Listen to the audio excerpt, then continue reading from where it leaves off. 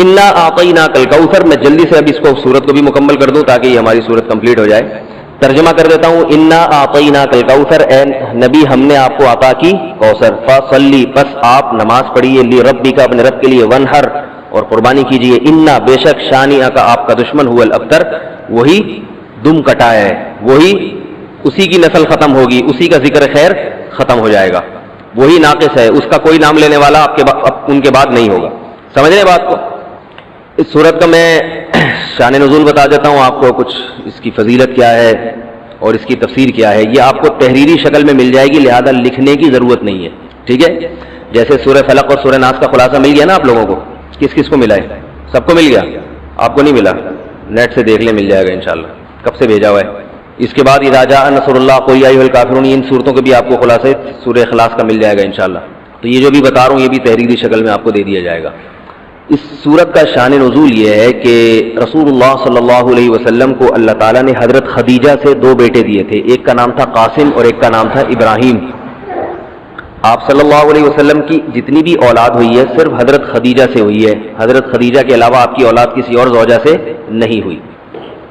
حضرت خدیجہ سے 4 بیٹیاں تھیں اور 2 بیٹے. ایک بیٹے کا نام قاسم، دوسرے کا نام ابراہیم. قاسم کی جب ولادت ہوئی ان کا بھی انتقال ہو گیا، اور ابراہیم کی ولادت ہوئی تو ان کا بھی انتقال ہو گیا. عرب میں نرینہ اولاد کی بڑی اہمیت تھی، کیونکہ انسان کا نسب اس کی نرینہ اولاد سے چلتا ہے، بیٹیوں سے نہیں چلتا.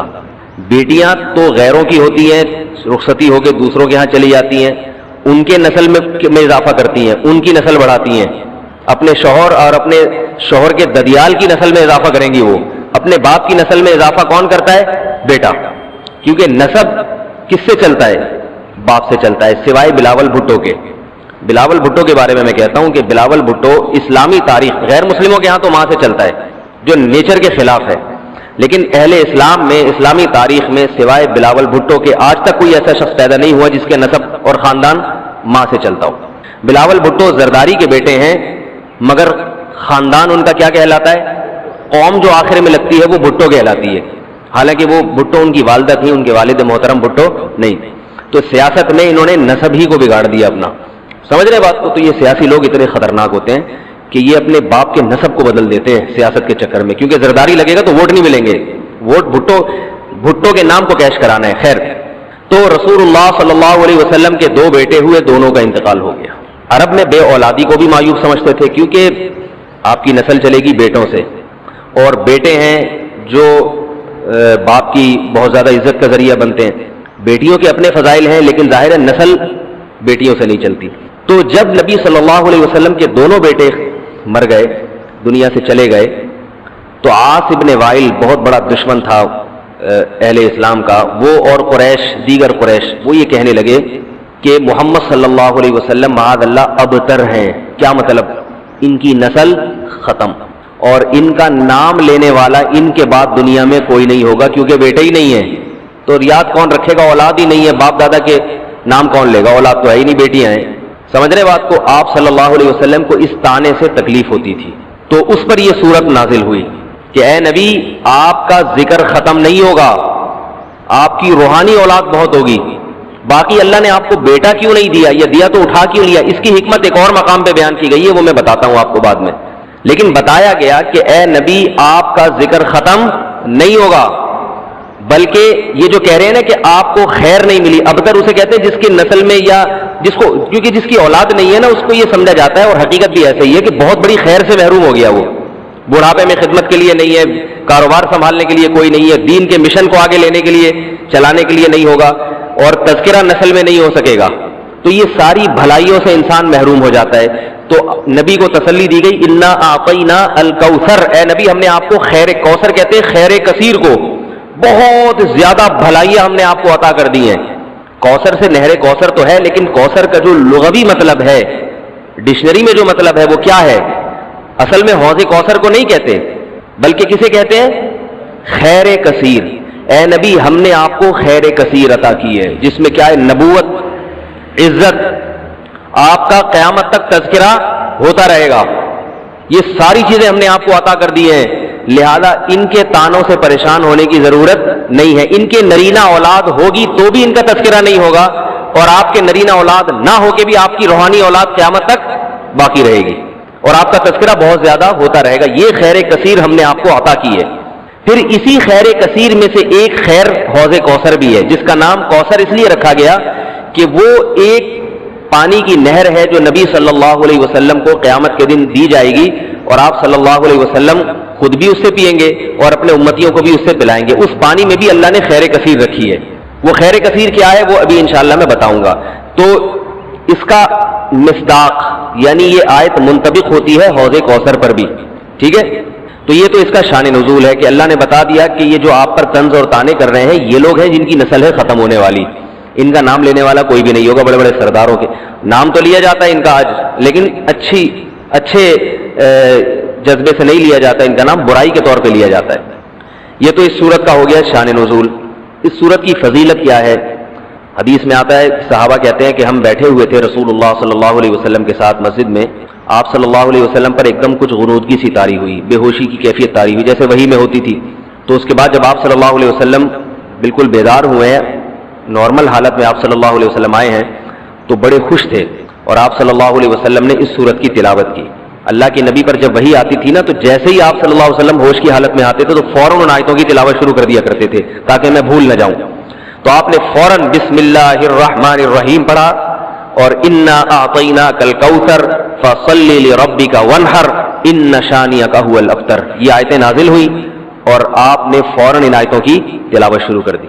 جب یہ شروع ہوئی تو صحابہ نے پوچھا یہ کوثر کیا چیز ہے؟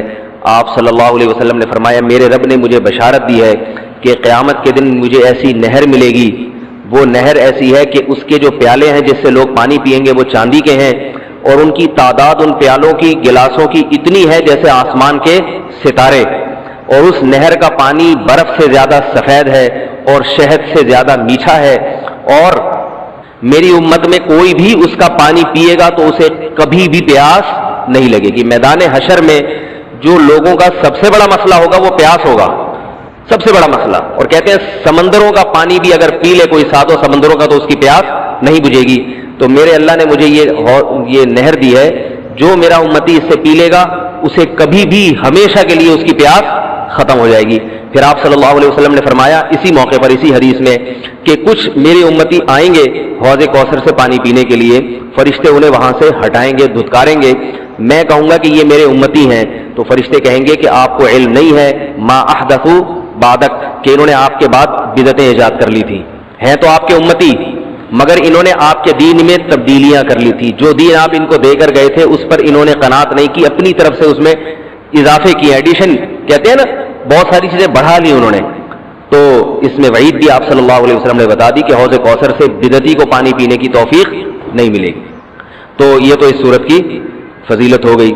اب اس صورت کے مضامین کیا ہیں، تفسیر کیا ہے اس کی، اس کے اسباق کیا ہوتے ہیں، یہ انشاءاللہ پھر. تو جب نبی صلی اللہ علیہ وسلم نے فرمایا نا کہ تم موت کے بعد دوبارہ زندگی ملے گی، تمہیں اللہ کے سامنے حساب و کتاب دینا ہے، تو وہی مشہور سوال تھا سأل سائل بعذاب واقع. اللہ فرماتے ہیں واقع کب ہوگا یہ تو میں نہیں بتاؤں گا، میرا اصول ہی نہیں ہے کہ میں قیامت کا علم بتا دوں. لیکن اتنی بات ہے للکافرین لیس لہ دافع، جو بھی اللہ کا منکر ہے، اللہ کو نہیں مانتا، اللہ کے حکام کو فالو نہیں کرتا، جب وہ عذاب آئے گا تو دنیا کی کوئی طاقت اس عذاب سے ان کو بچا نہیں سکے گی. تعرج الملائکۃ والروح الیہ فی یوم کان مقدارہ 50,000 سنہ، 50,000 سال کا ایک دن ہوگا. کہیں 1,000 سال اللہ نے ذکر کیا میدان حشر کے بارے میں، کہیں 50,000 سال. تو علماء نے بیان کیا یہ لوگوں کے حالات کے حساب سے ہوگا. یہ ٹائم کے جو یونٹ ہے نا یہ ہر ایک کے حق میں مختلف ہوتے ہیں. دیکھو جب ہم پیدا ہوئے تو ہم کائنات کو بننے کے اربوں سال کے بعد پیدا ہوئے ہوں گے نا، تو کیا ہمیں انتظار کرنا پڑا؟ بولو نا کیا ہو گیا؟ اگر ہمیں اللہ انتظار کرواتا، ابھی تم عالم ارواح میں ہو، 1 ارب سال کے بعد تمہارا نمبر آئے گا، تو میں تو بوریت سے مر چکا ہوتا. کیا خیال ہے بھائی؟ جہاں فلائٹ 1 گھنٹہ لیٹ ہو جائے انتظار میں آدمی ٹینشن میں چلا جاتا ہے. لیکن ہم تو جب آئے تو ہمیں تو لگا کہ کائنات کی ابتدا آج سے ہو رہی ہے جب ہم نے ہوش سنبھالا. کیونکہ ہمارے وہ یونٹ جو تھے نا، جو وقت کی اکائیاں ہیں، وہ ہمارے حق میں اسٹارٹ ہی نہیں ہوئی تھی. تو اسی طرح مرنے کے بعد جو مردے کے لیے جو ٹائم کے یونٹ ہے نا وہ چینج ہوتے ہیں. ورنہ جو مردہ بیچارہ 20,000 سال پہلے دفن ہوا ہے وہ تو قبر میں کوئی عذاب نہ بھی ہو رہا، وہ تو پڑے پڑے ہی بور ہو گیا ہوگا کہ اللہ قیامت لے آ، میں تو ٹینشن میں آ گیا ہوں، 20,000 سال ہو گئے مجھے. تو اس کو تو ایسا نہیں لگے گا کہ 20,000 سال ہو گئے. وہ جب دوبارہ اس کو اللہ تعالیٰ اٹھائیں گے تو نیک لوگوں کو تو لگے گا ابھی ہم سوئے تھے اور ابھی ہمیں کسی نے آ کے اٹھا دیا. جیسے گہری نیند میں جب انسان سوتا ہے کئی گھنٹے بعض دفعہ سوتا ہے, کوئی آ کے اٹھائے تو اس کو لگے گا یار ابھی تو میں سویا تھا, ابھی آپ نے اٹھا دیا ہمیں. تو سوتے ہوئے آدمی کے ٹائم کے یونٹ الگ ہوتے ہیں, مرنے کے بعد کے ٹائم کے یونٹ الگ ہوتے ہیں, عالم ارواح کے الگ تھے. اور بعض تو یہ بھی میں نے سنا ہے کہ دوسرے سیارے پہ آپ چلے جائیں نا زمین کے علاوہ تو وہاں بھی ٹائم کے یونٹ چینج ہو جائیں گے. تو اسی طرح آخرت کے ٹائم کے یونٹ بالکل الگ ہے. ایک دن 50,000 سال کی, دنیا کا جو 50,000 سال ہے نا وہ وہاں کا ایک دن ہوگا. کسی کے حق میں 1,000 سال, کسی کے حق میں 50,000 سال.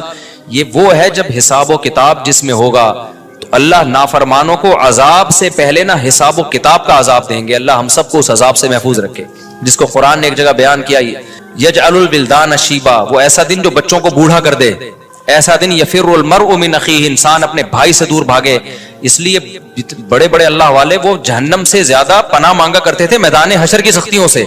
جہنم تو اس سے زیادہ سخت ہے لیکن میدان حشر کوئی کم چیز نہیں ہے, وہ کوئی کم عذاب نہیں ہے. تو اللہ فرماتے ہیں کہ 50,000 سال کے برابر ایک دن ہوگا.